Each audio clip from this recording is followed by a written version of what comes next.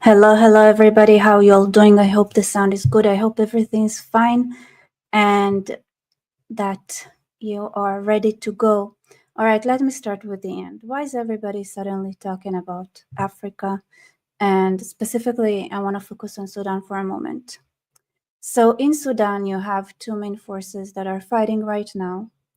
And the interesting part here is that you notice, like now that there is a ceasefire when it comes to Gaza, suddenly everybody started talking about Sudan, and you can see that the same channels that used to pump information on Gaza and Israel suddenly start talking about Sudan with passion.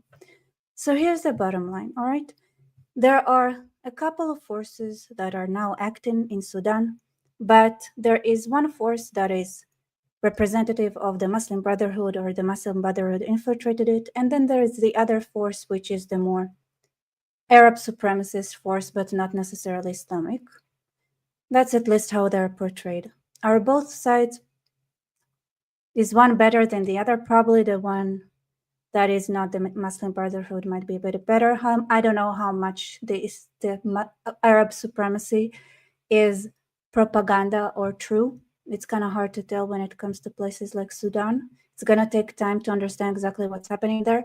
But those who support the Muslim Brotherhood are the Qataris, and actually also the Egyptians, because they're closer to it. I'll get into the map in a second. And they don't want refugees coming from Sudan. And the Muslim Brotherhood forces are more at the border with Egypt, so they want those who are at the border to keep the area quiet so they wouldn't suffer from the refugees spilling over to their places, because generally Egypt tends to be against the Muslim Brotherhood. But Egypt is a very interesting game right now. They have issues with Saudi Arabia as well. Something Egypt is going in very many weird directions anyway. So what we're seeing is that a lot of the channels, like the Middle East Eye, Al Jazeera, everybody started talking about the massacre in Sudan, and they're blaming the RSF. What's their name again? I just slipped my mind, but the group that is not the Muslim Brotherhood in doing war crimes. And this is the group that is allegedly supported by the UAE. The Qataris learned something very interesting through the war when they supported the Hamas against Israel, is that it doesn't take much to propagandize the world against whoever target they are aiming at. And their target right now is the UAE. Qatar and the UAE are not good friends. And Qatar had built this entire empire of media influence, and they just had to change the channel and talk about Sudan to tarnish UAE's reputation. That's their main goal, because that's the Cold War they have between them, the UAE and Qatar. So let me share for a second here the map. This is what we're talking about. I'm sorry, it's Hebrew. But as you can see, Africa, first of all, it's huge. So, and so it's all very big. And there are a lot of natural resources like minerals. Nigeria specifically has a lot of oil as well. And it in areas like Somalia here, and then Somaliland here, and Sudan, you can see that they have access to the Red Sea here, and they basically can play the same role as Yemen does. Meaning being a nightmare to the world transport of goods. So this is what the war is about in the East here. And while in the West and in Nigeria is a very big country, and it has it's very strategic, and it has a lot of oil. It's very rich. And we have the Islamic slow takeover of Nigeria. So massacres all over, especially of Christians. And the situation is not so easy, but I really, really wanted to focus, first of all, about the fact that this is how it works now. This is how the media works now. In case of Sudan, where what we're actually seeing is that Qatar is using its well-oiled propaganda machine to try to bash the UAE. And here's the fun. So I had this conversation that's gonna be a bit, I'm sorry about the quality of the stream, but I had a conversation with Eyal Yacobi, and let me show you. Let me show you. It's the segment here that it's gonna make me laugh. It's here, you can see me twice. I don't know why it's looking like that. What happened? Like, why is it looking like that? Like, one sec. Let me try fixing it.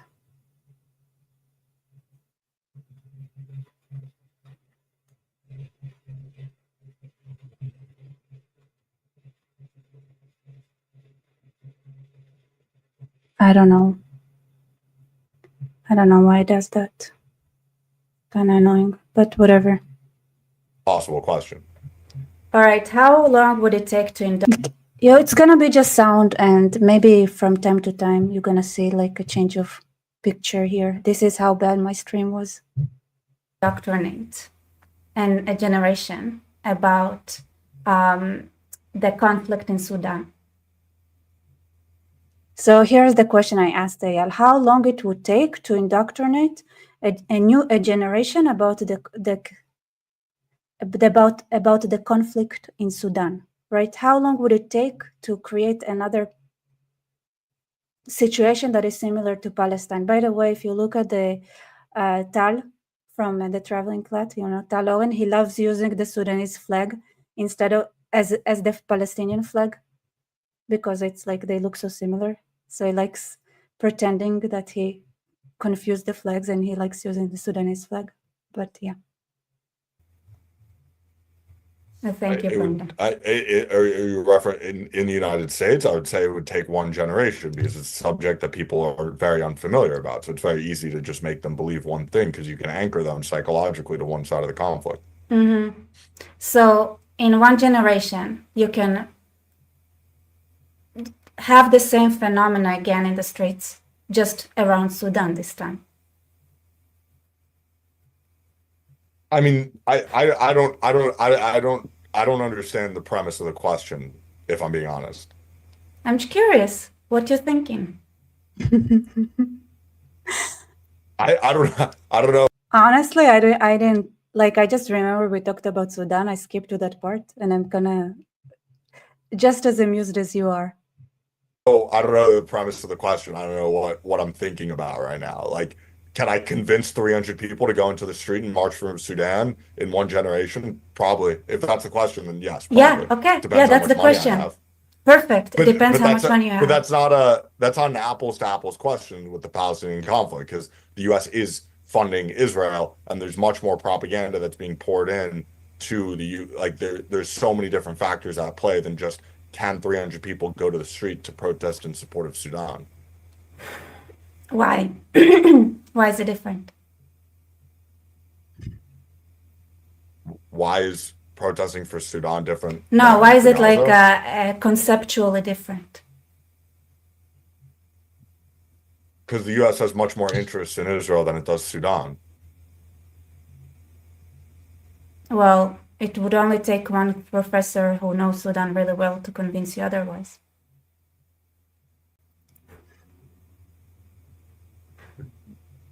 Yeah, sure. If I take his class and he can be replicated across universities simultaneously.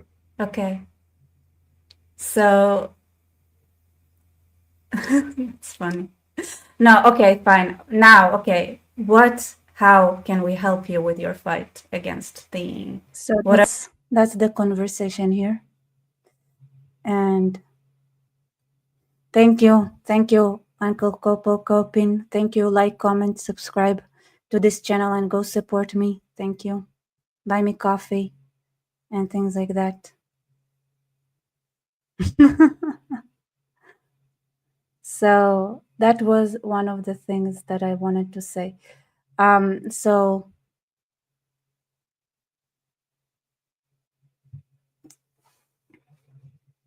when it's what's interesting about here, Rebecca is sleep deprived. Yeah, Rebecca didn't sleep too good tonight. Thank you.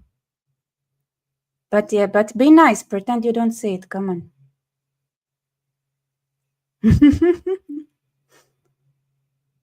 All right. I'm just trying to read your comments, and I don't see a lot of like questions or people talking about it. Do you guys care about Africa at all? Or do you need to be convinced that it's important? That that this huge chunk of land is important? You're Shana. Yeah, it's Halloween. All right, people say I care about Africa. And yeah, I think it's important. Yeah. Just want to hear your opinion, to be honest. All right. Important. So as an Israeli, Africa is very important. Obviously, it's close. I don't know if you can tell or not, but we are very close to Africa. And it could be, this area, especially here, could be another Yemen, right? With it's the whole thing when it comes to, sending missiles and everything of those sorts.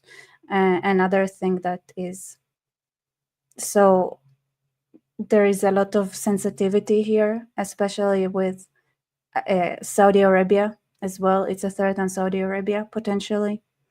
And so from that perspective, is Africa is very interesting for Israel. But on the other hand, I know a guy that does strategic geopolitical thinking, and when he had expressed his concerns several years ago in Israel, saying, "Hey, are you not afraid that Africa is gonna turn into something similar to Yemen?" The response he got was like, give me a couple of $1 million and we'll clean Africa up. It's like, it's cheap, it's corrupt, and it's very cheap to infiltrate. But yes, it's a very complicated place, but for better and worse, the thing is that it's pretty hard to control Africa. Also means that a lot of actors can come and play at the same time, and it makes it a very interesting operation area. Is Africa the largest continent? Asia is the largest continent, but thank you for your support. Rebecca, they have three factions in Sudan. One supports the UAE, one by Turkey, both sides by China. Yeah. I love, they have three factions, one supported by UAE, one by Turkey, and both sides by China. I think it comes out to 2, not 3. And saying, Wonder Freeman, now Africa is the largest? I thought Asia is the largest.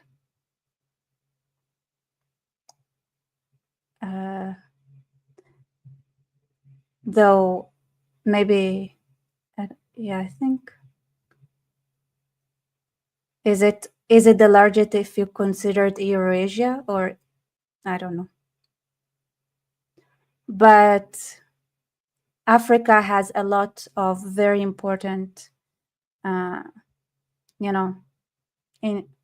minerals, earth minerals, obviously oil. But then there is, the maybe more important part of this conversation.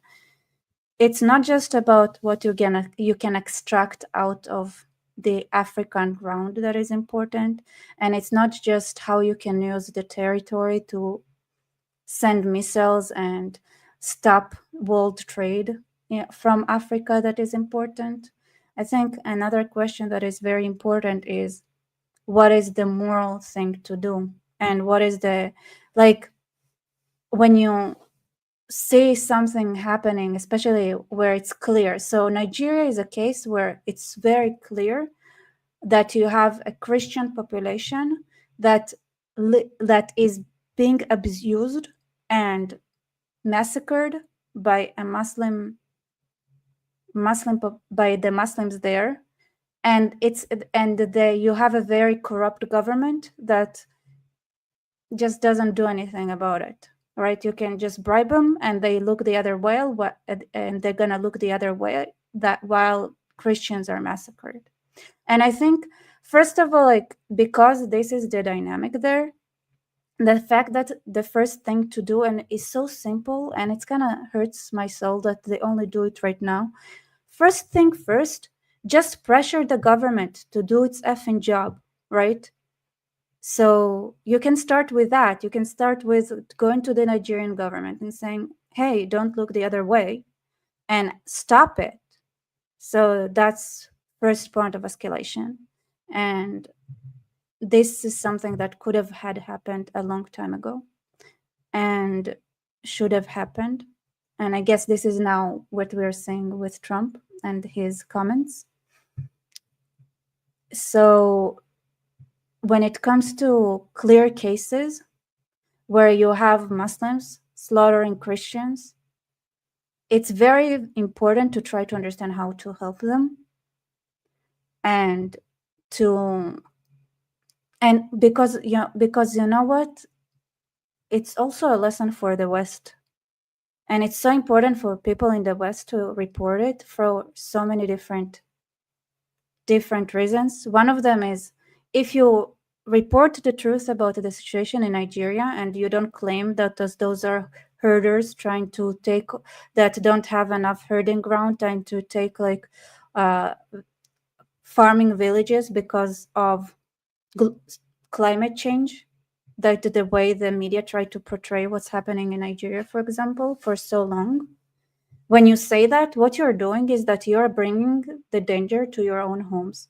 This is what I've been dealing with, and this is why I say what you're saying now in the West is what's cooking for decades, because the media didn't want to report the truth. They didn't want to report the truth of what the Arabs are like in the Middle East. They didn't want to report the truth about what Muslims are like in general. They didn't want to report the truth about anything. They didn't want to say the situation between Pakistan and India. They didn't want to say anything about what's really going on in Africa, what's going on in Nigeria. Instead, it was so easy to portray everything as, oh, the Jews are like not exactly human, and the Arabs are. And they're fighting between each other. That's how they portrayed the conflict, right? The Arab-Israeli conflict. And when it comes to Nigeria, it's a climate change that make, herders and people who like go and attack villagers. And it's in every place they had like their own narrow-minded and very racist view, right? It's like, Middle East, that's not real humans. That's not white Europeans, Sub-Saharan Africa, come on. Look at, like, I'm sorry.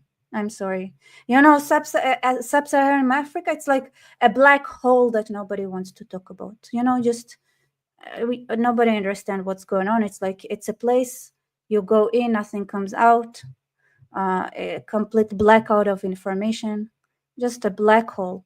That's how it's being portrayed. It's like, it's like chaos.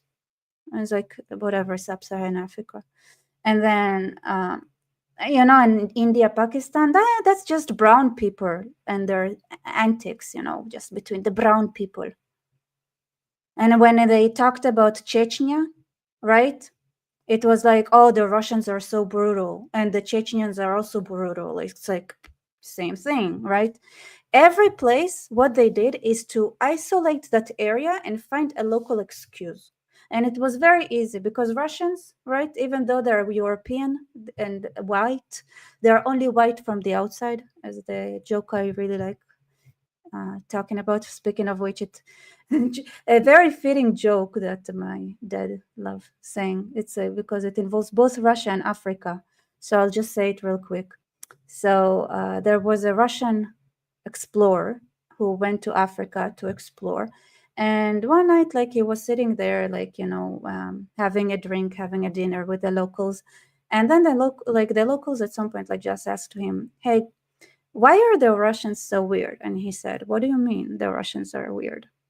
And he said, like, well, when the French come, when the English comes, when the Dutch come, when people from all over Europe come to Africa, they come and ask us how we are doing. Is everything fine?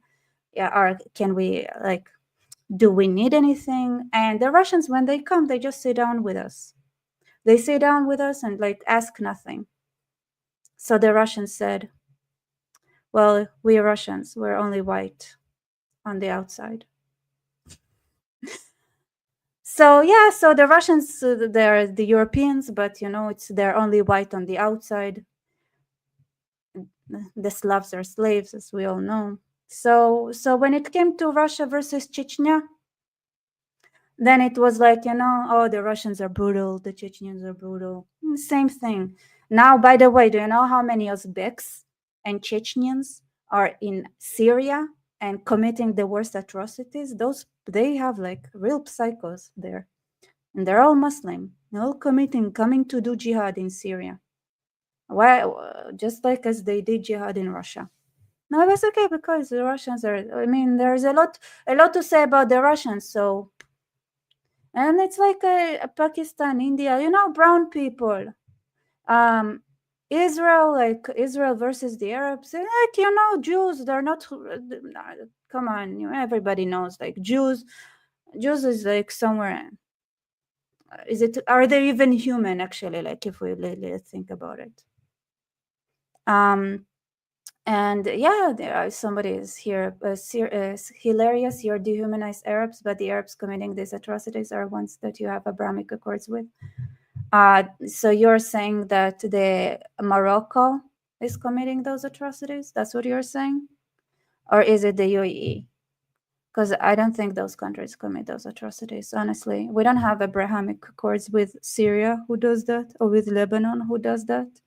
With, like, I don't know, like, what are you talking about? Seriously.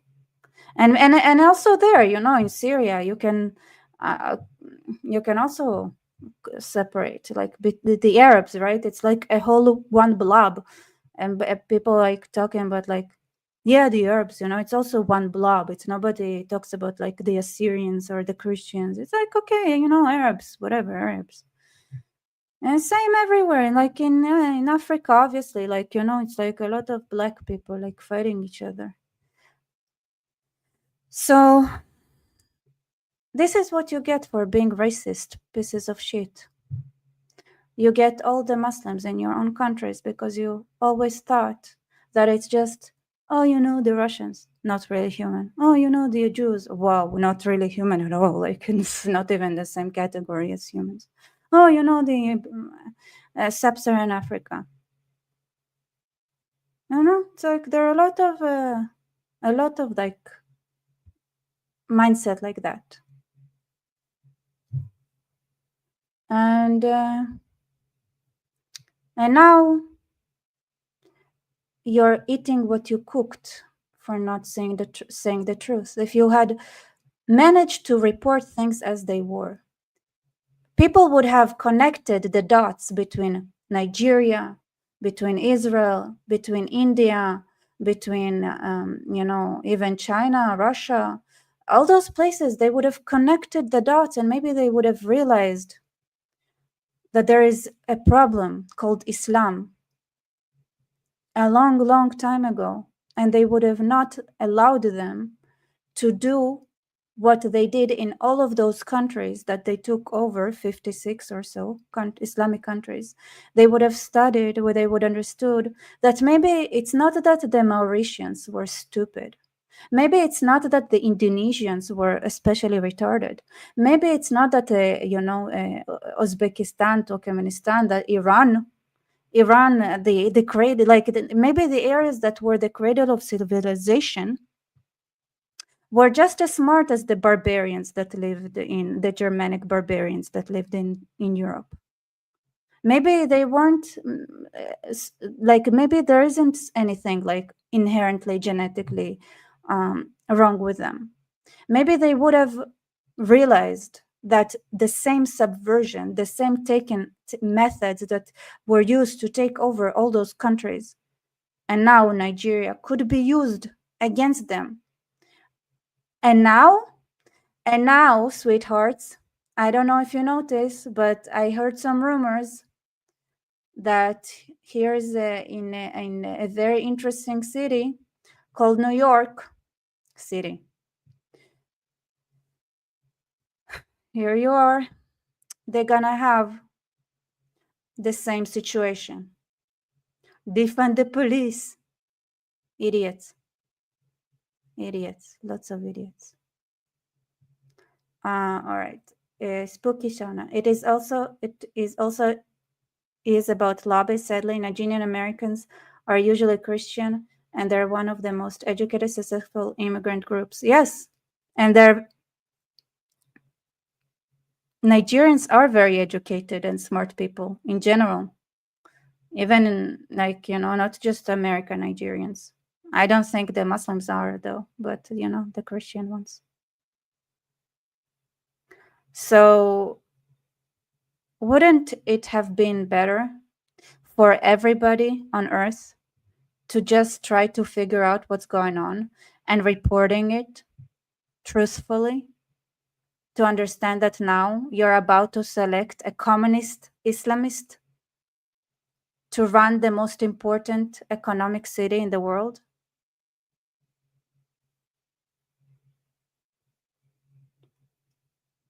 You see, the Nigerians are not more stupid than New Yorkers. Well, I think obviously not. I think obviously New Yorkers are way more stupid than Nigerians. But it's not that. Just like when you don't understand their methods, when you're refusing to see the truth, then you're not going to understand what's going on. Like, look here. So looking at Sudan here, this is what you get, right? Suddenly everybody's talking about Sudan because Qatar has diverted all their friends to talk about Sudan. By the way, looking at the picture, actually the New York Post here seems to talk about control Sudan. So yeah, so it's horror atrocity. They're showing the Muslim Brotherhood side from the images. A massacre in Sudan, and then you have Al Jazeera, everybody, and you have Sudan's brutal military war escalates. Right, suddenly everybody's talking about it, like it wasn't going on for the last couple of years at least.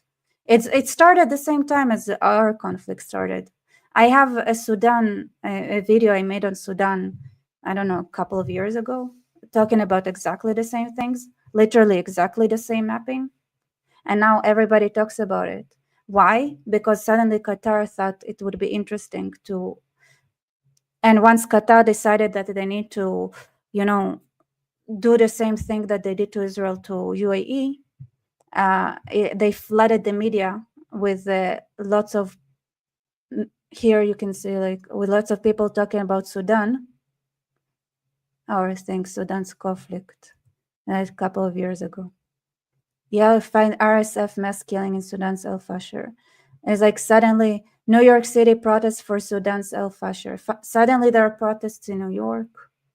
Suddenly Sudan matters again, right? It's like for so long, like what happened? Like, and then when you flood the media, talk about the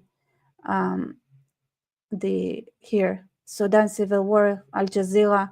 If you see Al Jazeera, like suddenly here daily, like everybody's suddenly talking about it. because now they want to make sure that everybody knows that UAE is the big bad people. Middle East eye. Why is everybody ignoring Sudan? Here, the UAE exposed. You see, like it's a mix between 2 years ago and 2 days ago. This is the thing. And like when they decided to use the propaganda tools, and now you have both sides talking about Sudan. And this is how the media works. And like the Qataris with their media empire had decided that bashing the UAE is their next target, and suddenly everybody's talking about Sudan.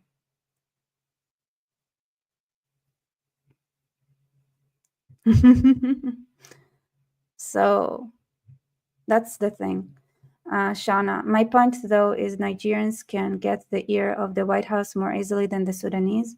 Nigeria was also colonized by the British. True.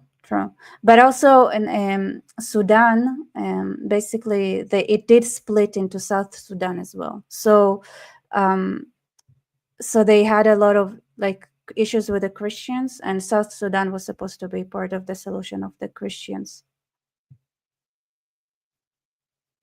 So atheist gamer asking, do journalists even want to travel to places like Sudan? Probably not. It seems well dangerous. Yeah, probably it's not some places people really want to go. Ah, interesting. Winston Churchill wrote a book about Sudan River Wars. Well, the Sudan situation is much more bloody than Nigeria. Yeah, I've been talking about Sudan on and off in my channel, and I have like several videos about it. And yeah, I have also a video about Israel helping South Sudan to get independence, 100%. So it's not like a secret, but it's very interesting to see how it works, you know. It's like, and then it's just something to pay attention. It's not wrong to notice Sudan, but there's gonna be so much media wars about what's going on here and there. So here's the Christians in Nigeria, and you know everything that's happening there. By the way, this is a crazy story. This is Deborah Samuel. Hundreds of Muslim men in Nigeria dragged her from her room, stoned her, and set her on fire because she identified as a Christian in a college WhatsApp group. They recorded the murder and left as they killed her. Western journalists mostly ignore the story because she was Christian. Anyway, it was very easy to ignore those stories of Sudan, of Nigeria, and even the United States in it here. The United States, Christianity is facing an existential threat in Nigeria. Thousands of Christians are being killed. Radical Islamists are responsible for this mass slaughter. I'm hereby making Nigeria a country of particular concern, but that is the list of it. When Christians or any such group is slaughtered like is happening in Nigeria, something must be done. I'm asking Congressman Riley Moore, together with Chairman Tom Cole and the House Appropriates Committee, to immediately look into this matter and report back to me. The United States cannot stand by while such atrocities are happening in Nigeria and numerous other countries.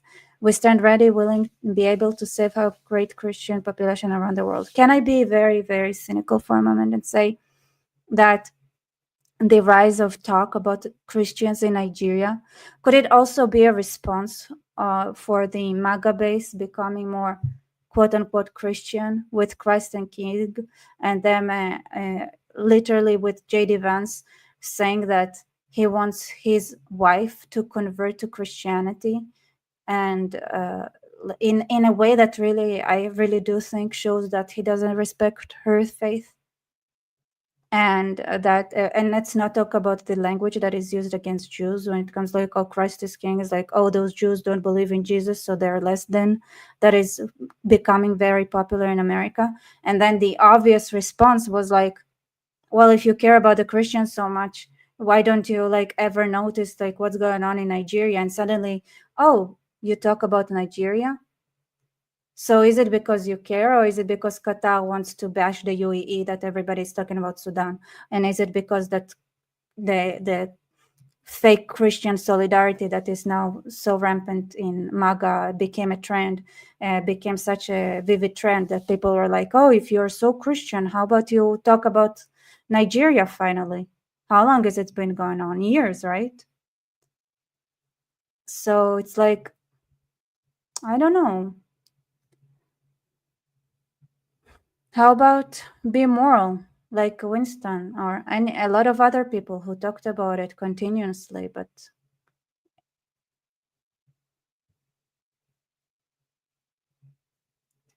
all right. Thank you so much, Pinstripe Breeze, for his support. Those black boxes on the Jewish head dressing is their prayers inside. It's tefillin inside. You're talking about tefillin, yeah. It's yes, there is a prayer inside. It's from the Torah. There is a passage that talks about wrapping and putting tofafot. Anyway, it's from the Torah. Yes, it's a way of prayer. It's a reminder that God is there.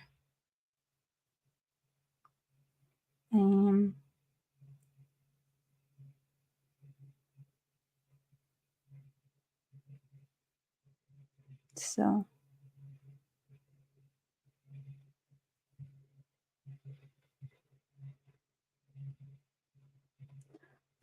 since Israel is involved in Sudan, well, Israel was involved in Sudan and talked about Sudan and Israeli involvement in Sudan. And here's the thing, nobody cares when it's our side that is involved. It's when here, Rebecca, nobody's talking about Dr. Derek Congo because Uganda and Rwanda is behind rebel groups. Well, I guess there is a lot to talk about in Africa for sure, and I think it's a place that people should pay attention to. Out of morality, you know? And even though the reason that people are now paying attention might not come from like pure-heartedness, we should definitely use that momentum, to bring awareness. So here, 5 years I've been documenting the massacres of Christians by Boko Haram Fulanis. 5 years warning in Wall Street Journal and Paris Match about the risk of genocide. And for 5 years, the only response from Nigeria has been to threaten with lawsuit. The US wakes up, finally. Thank you. Yeah. Yeah, this is actually like Eyal Yacobi here. Thousands of Nigerian Christians are being mass slaughtered. Islamists in Nigeria. Keden's own silent. Owns Schroer, Tucker Carl silent. Anna Kasparian silent. The media silent.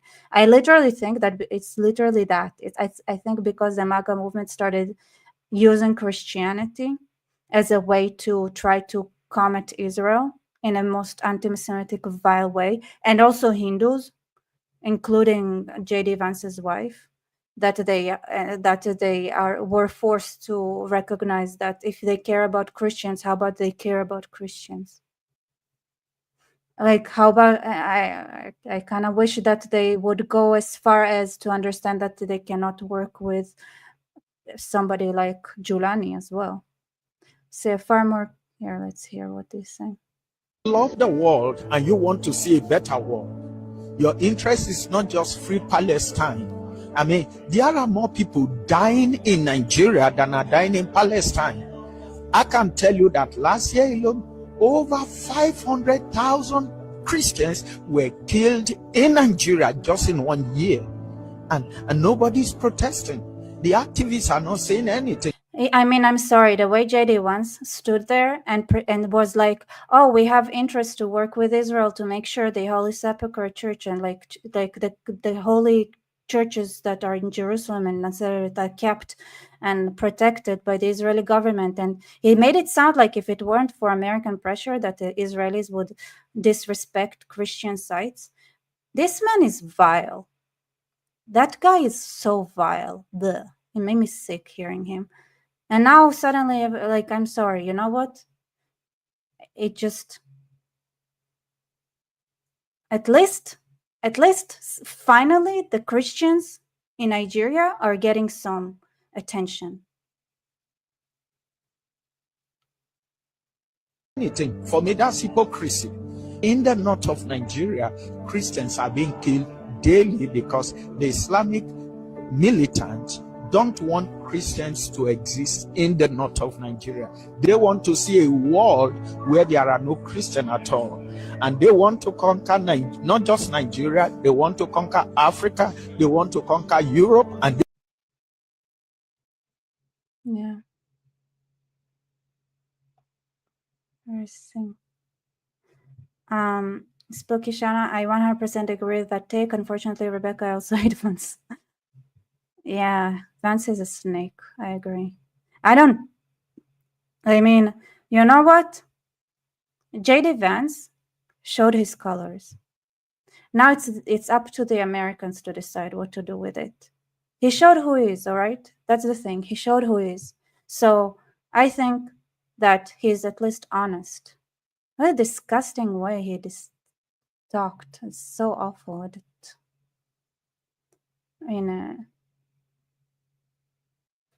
A father in Sudan sends final message of goodbye before he is executed by Islamists. Where have you been? Here. Members of the Muslim Brotherhood Army in Sudan now live comfortably in Manchester, London. ان شاء الله حنصنع مسيرات تمشي من الخرطوم لحد غزه وتدق تل ابيب ان شاء الله. مع اخواننا المجاهدين في فلسطين كلها خصوصا في غزه ونحن بنفتكر انه معركه واحده العداله. I mean, they're very straightforward with their intention. كل الامه في افغانستان وفي العراق وفي تونس وفي ليبيا وفي اليمن في البوسنه وفي اذربيجان كله عداء واحد. وبعد ما نخلص من هؤلاء ان شاء الله هذه السرايا وهذه الكتائب وهذه الجحافل طوالي كلها تبلغ غزه ان شاء الله. بعد ما ندقهم هنا نضيف ونسحقهم. Russia, Iran, Turkey, China, and all the neighboring countries next to Sudan, they are doing this, participating in this genocide. Well, I think the next 7th of October will come from Africa, will come from Port Sudan. Yeah. That's what. That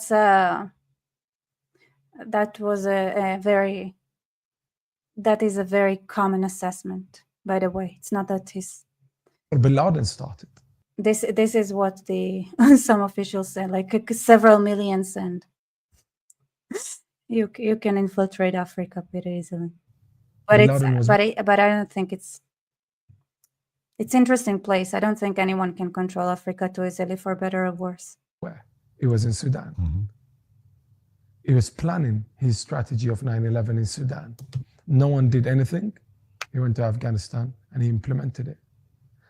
Right now, the drones are being brought, the weapons of Iran, from China, from Russia, brought to Africa and spread it everywhere. Through where? Through Port Sudan. The Islamist government there. What's going to happen? You know how many members of Hamas are there right now?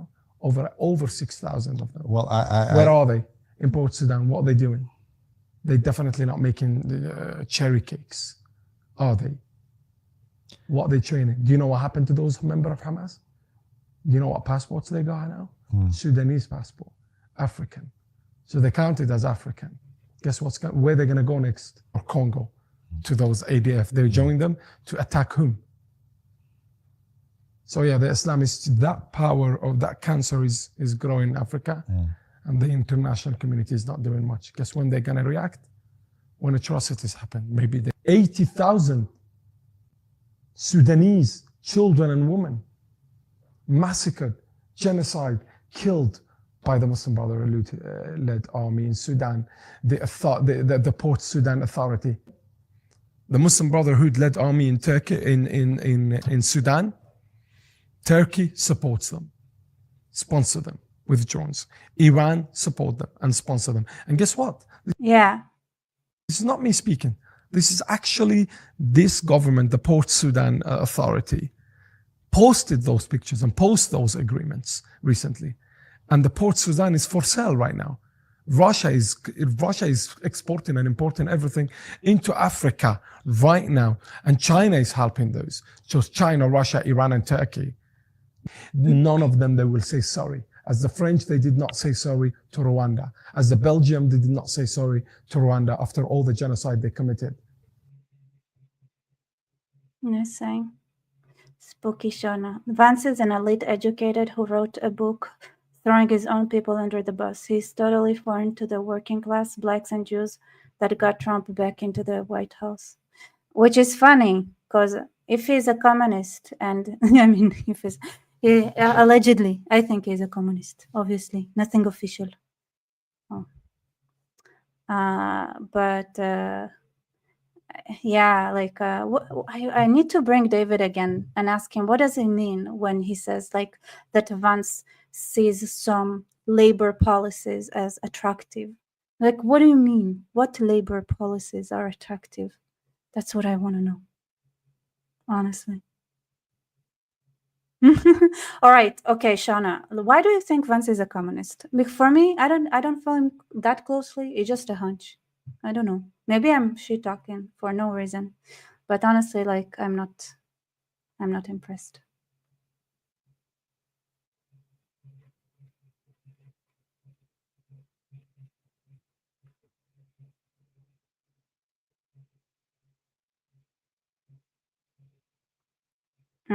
Harbin Jazira, Hindu nationalism hates the West. You know, here's the thing with Hindus that I've learned, and no offense, sir, if the West would respect other nations, then Hindus would respect the West. They hate the West because the West looks down at them. And actually, I understand the sentiment, honestly. Like, the West is such a bad ally. It's an awful ally. They treat their own allies like shit. They treat Israelis like shit. And Israelis are very successful people. The West treats us like shit. So and from what I talk to Hindus, this is the only thing. Like when they're asked about it, this is the thing that they're saying. All right, it's like if the West would talk to us as if we have a brain of our own, then we would have no problems with the West. That's my experience with Hindus. So I've never met any Hindu that was not like that, honestly, unless he was a communist, because they exist as well. Like, there are communist Hindus. They're awful, just like any other communists. Oh, Motorhead, you hit the nail in the head. How is Turkey allowed in NATO? The biggest question ever. So, oh, by the way, okay, this is the last thing I'm gonna show you. Look at those sweethearts going. Look at that. Like it made me speechless. Okay, so I saw somebody saying like, here is the Popalis going to Sudan, to the refugee camps, to tell them that they are inferior in their suffering to the Palestinians because, I don't know, I mean, I guess Sudan has way more, like, how awful do you need to be for that? Like, this Sudan actually has starvation, unlike the Palestinians who are fat. Ugh. Okay, here, watch that. And I'm sorry if you're gonna throw a little bit in your mouth. Just be prepared. تعال هي في دولة اسمها فلسطين. حلو؟ يعني خليكم تتخيلوا كيف بدي لكم. تخيلوا اني انتم عندكم هيدي الخيمة. بيوم من الايام اجى حدا دق الباب وقال لكم بدي افوت اشرب عندكم شاي او ابرك شوي. منيح؟ بعد ما فات برك صار يعتبر ان هذا البيت بيته ويقول لكم هيدي الخيمة خيمتي ويصير يطالعكم منها. وانتم بتقولوا طب احنا بس فوتناك حتى تفوت تشرب شيء وتطلع، هي خيمة خيمتنا. بتصيروا شو بتعملوا انتم؟ بتقولوا له اطلع وبس لاني قلتوا له اطلع من الخيمة. I mean, I'm sorry if there is anyone here that watches it without seeing the subtitles. Basically, what he's doing, he's going to displaced Sudanese people and says, can you imagine what the evil Israelis did? The good Palestinians, they invited them to tea, and then they start, and then can you imagine if you invite someone to your tent to drink tea, and then that person takes over your tent? Bleh. بيصير العالم كله بيحاربكم، وهيك عم بيصير بفلسطين وهيك عم بيصير بغزة. حاليا محاصرة من الجميع، ولا بيقدروا بياكلوا ولا بيقدروا بيشربوا. فدائما خليكم عم تدعوا لهم، مو؟ لأن هن كمان هناك في أطفال صغار حلوين مثلكم كمان ما عم بيلاقوا الأكل كثير. فإن شاء الله ربنا بيفرج عن غزة ويفرج عنكم هون كمان، والكل بيرجع لبيته. خليكم عم تدعوا لهم، مو؟ يلا باي. آمين يا رب. يلا سلامة. Yeah. Can you believe the audacity to go to Sudan and to start explaining that poor kids in Gaza have it worse? I'm sorry. Like, can you imagine? Like, they're shameless, awful. Bleh. Disgusting. Anyway, thank you everybody for being here. Thank you for paying attention to the literal continent called Africa. And let's fight together worldwide against all kind of pyramid schemes, because we don't need them. Not here, not in Sudan, not in Nigeria, not anywhere. And it's better to go and fight at their territory than waiting for them to come to our territory to fight. You know, if we don't come to Muhammad, Muhammad would come to the mountain. If the mountain doesn't come to Muhammad, Muhammad will go to the mountain. And if we're at the mountain, we better go to wherever Muhammad is at to make sure they stay there. All right, yes, subscribe, like, comment. See ya. And if I'm gonna have another collab with Frank, I'll text him. Yeah, I think so. All right, everybody. Good night.